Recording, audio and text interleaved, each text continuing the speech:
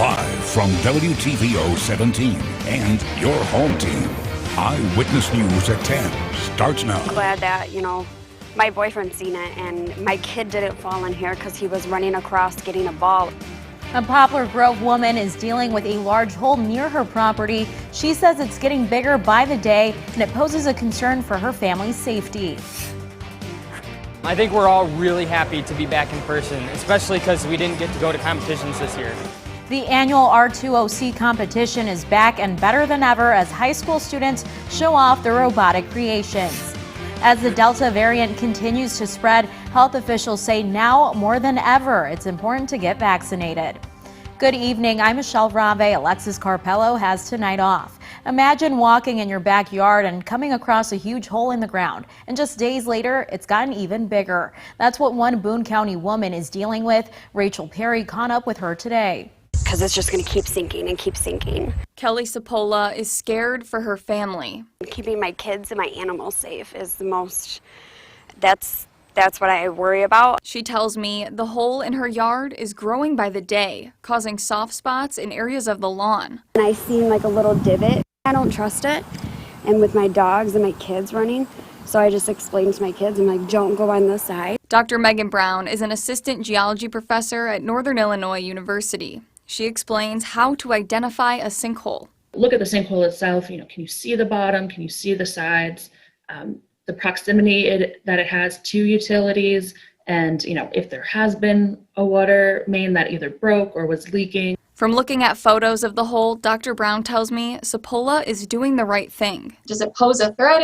Could it get bigger? Sinkholes you always should be careful around, whether it's a natural occurring sinkhole or something that was caused by human activity. You want to be careful if you're approaching it. Don't go too close to it because, of course, it can be an unstable ground. Sapola says calling Public Works and the village president isn't helping. I'm kind of stuck here. I contacted the president and he said, I've talked to my public worker guys, it's not our problem, and then sent me a letter from their attorney. Eric Miller is the Public Works chairman for the village of Poplar Grove. The village is always concerned for the safety of its residents. He confirms it is a sinkhole by the dimensions, but says they can't help. However, when it is on private property, there is a limited amount of things that we can do. Miller says their hands are tied. Started to affect the village. Isn't that a liability? We can't spend public funds to fix a private matter on private property. That just wouldn't be a proper use of public funding. Now Sapola says she's not sure what to do. I want it taken care of the right way, because if I do it the wrong way in the next couple of years, it could happen again. Reporting in Poplar Grove for your home team, I'm Rachel Perry. Used car prices continue to soar. General Motors reports the average used car price hit $25,000 for the first time ever. A microchip shortage for new vehicles has more people buying used cars. Some dealers say people are choosing to sell their used vehicles and are seeing prices anywhere from 20 to 50% more than they would have a year ago. People are used to hearing dealers say, right now's the time to buy a new car, right? We've heard that probably over the last 40 years. But truly, we are seeing something unimaginable, incredible happen where your car, what it was worth a year ago, is truly, and I can say it with, as long as it's a running vehicle, it is worth more today than it was a year ago.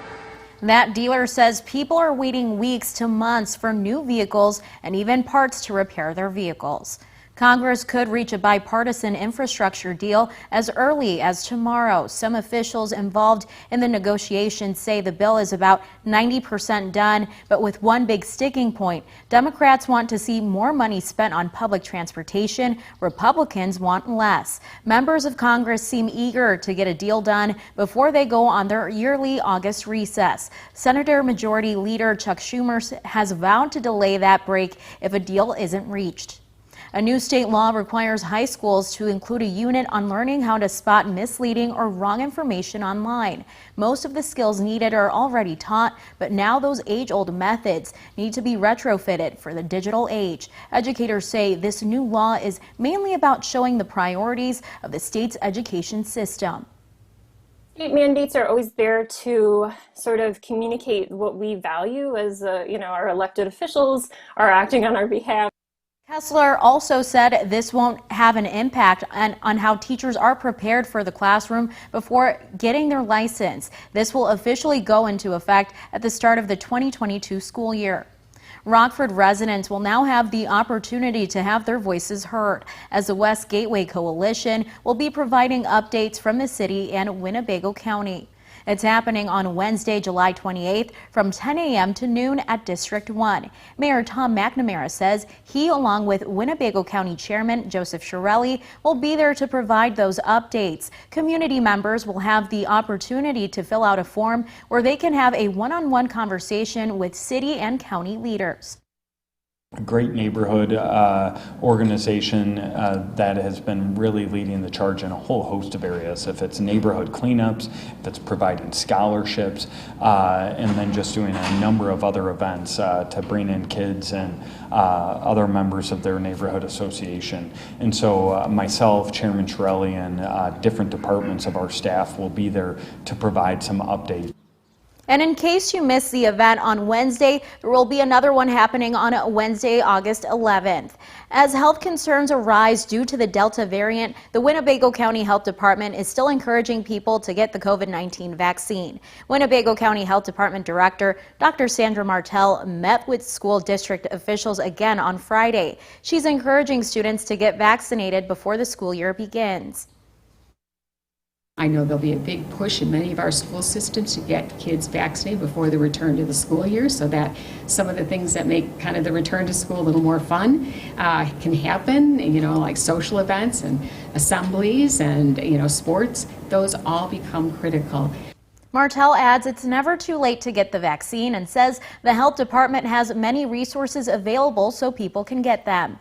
The 9th annual Robotics off-season competition took off today at the City Market Pavilion in downtown Rockford. The R2OC competition features 18 teams made up by high school students from 4 states, including Illinois, Indiana, Iowa, and Wisconsin. We caught up with a participant who says he was excited to take part in the competition and bond with other students who share his same interest. The event was open to the public, so robotics enthusiasts had the opportunity to check out these neat creations. I want to come here just because I enjoy doing this. I've been doing this for almost 3 years now. It's been a fun experience getting to learn new things that normally you don't really get to learn unless you're doing it through organizations or as you work as an adult. And for the 5th year in a row, 2 participants will be awarded a $1,000 scholarship. Many Americans are expressing concern about the spike in violent crime in major cities across the country. Prosecutors are trying to come up with ways to get the problem under control before it gets even worse. David Spunt has the latest from Washington.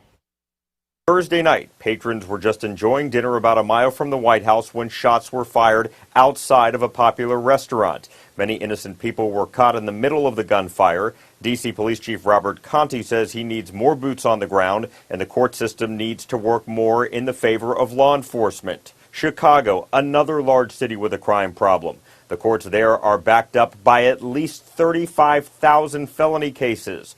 Right now, the state's attorney for Cook County handles both the county and city of Chicago. I was in Chicago Thursday and Friday, and I sat down with Kim Fox. She's the top prosecutor or state's attorney for the 5+ million people in Cook County. It's the 2nd largest county in the country. There is a proposal by local leaders in Chicago to move some of the nonviolent crimes to a city court. The fact of the matter is we have an unrelenting gun problem in Chicago, and I cannot look to the people that I serve and tell them that we're spending more of our resources going after petty offenses that can still be dealt with than we are going after gun violence, and that's where my priority is. Meanwhile, lawmakers from both sides of the aisle continue to work on police reform. While it's currently stalled, one of the lead negotiators says it's still in the works. When you demonize police officers, when you defund the police, and you start talking about this war on police and prosecution and not on crime, you're going to have a reduction in forces. And if you tell officers that their personal liability is on the line, it is a bad decision. Now, your first warned weather forecast with Chief Meteorologist Candace King. Well, things are a little bit more comfortable for us this evening, and that's all because of this number right here, our dew point temperature. While it's come up from where it was earlier today, those numbers in the 50s and even at times in the 40s this afternoon actually got rid of some of that humidity we had to deal with yesterday. Temperatures, though, still were hot in the upper 80s and low 90s. Those numbers comfortable: 77 in Rockford, Dixon, 65 our cool spot here in Freeport, 72 in Janesville, and 73 right now in DeKalb. We've got a mostly clear sky overhead. A live look with our Merced Skytrack camera now over downtown Rockford. We did have a little bit of cloud cover roll in here earlier this afternoon, kind of filtering out some of that sunshine, but that has moved out, made for a beautiful sunset here this evening, and that'll keep our skies mostly clear as we go through the night tonight. Those clouds are results of some showers and thunderstorms that were well over the Central Plains earlier today, but again, that drier air kind of winning out, which will keep us nice and clear. No threat for rain tonight or during the day tomorrow. To the north, however, we will have some showers and thunderstorms that'll try to work closer to the area late Monday night and into Tuesday. You see by Tuesday morning that complex kind of falling apart a bit. That's because it's running into a lid on our atmosphere. So with that lid, it makes it hard for those thunderstorms to kind of sustain themselves as they work a little bit further to the south. That lid should hold fairly strong during the day on Tuesday. The one thing we have to keep an eye on, those outflow boundaries. If we see that kind of complex of storms Monday evening, Monday night, produce some outflow boundaries that may work a little bit southward and kind of help erode away at that lid, and that would leave us with an isolated thunderstorm for Tuesday afternoon. But right now, that's just that, isolated, and most of the day going to be dry. Showers, thunderstorms again fire up to the north of us Tuesday night into Wednesday, and kind of the same thing. We watch those come close to us Wednesday morning. They run into that lid, and then they begin to weaken.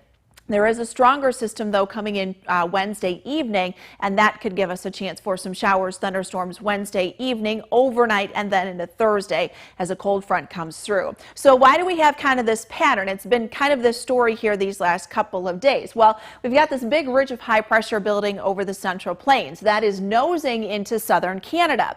We're not underneath that ridge, so we're not seeing those really extreme hot temperatures, but more so we're on the northeastern fringe. You get storms that fire up and kind of feed off over the ridge of high pressure and build off of that heat and that instability. This is what's known as a ring of fire pattern. A lot of times when you're close to that outer edge, you see a lot more active activity, which is what they're getting up to the north.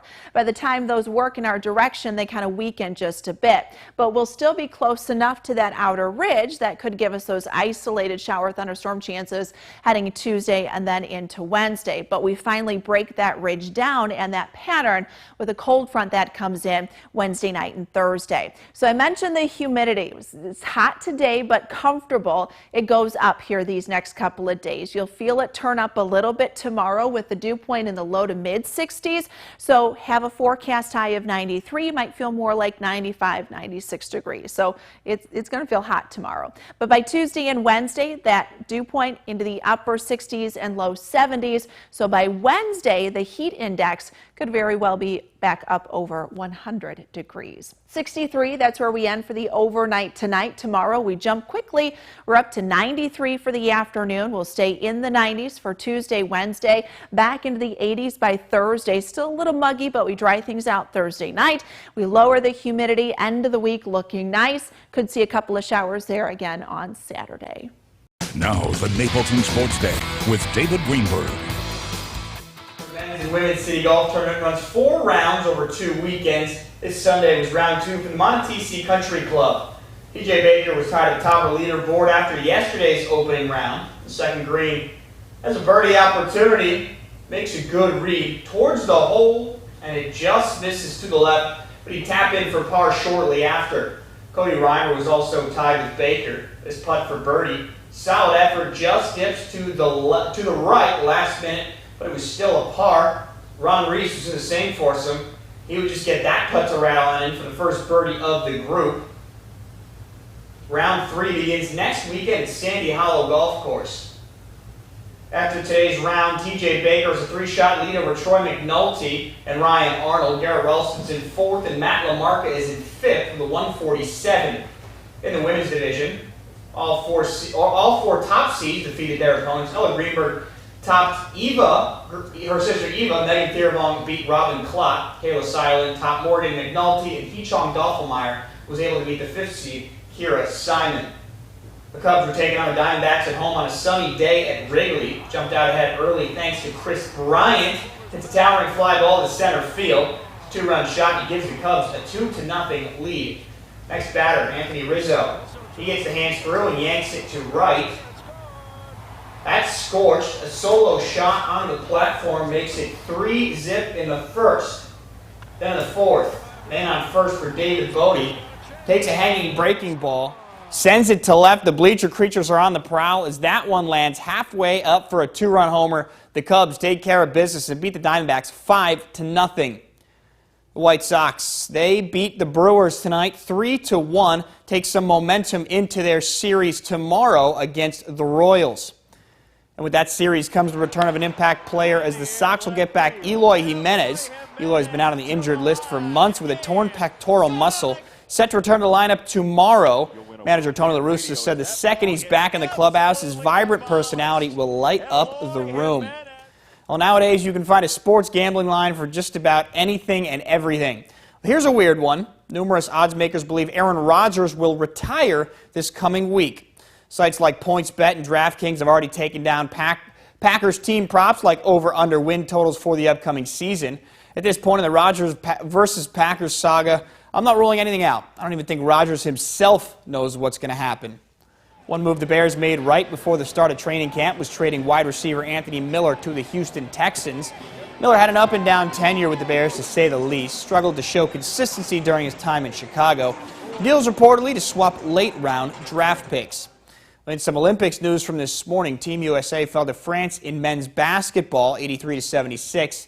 This is the USA's first loss since the 2004 Olympics in Athens when they fell to Argentina. That's it for sports. We'll be right back. Our first Warn Interactive Radar brought to us by Rockford Auto Glass and More. Skies will stay dry for the night tonight. Comfortable too as temperatures fall back into the low 60s. Tomorrow we are going to warm quickly up to 93 for tomorrow afternoon. We will stay mostly dry. Little bit on the humid side for tomorrow, but it does go up quite a bit Tuesday, Wednesday as temperatures make it back into the low 90s. That heat index though upper 90s and then back near 100 degrees for Wednesday afternoon. Isolated showers, thunderstorms may see more that Wednesday into Thursday, 80s by the end of the week. That's our show. Thanks for joining us. Have a great night.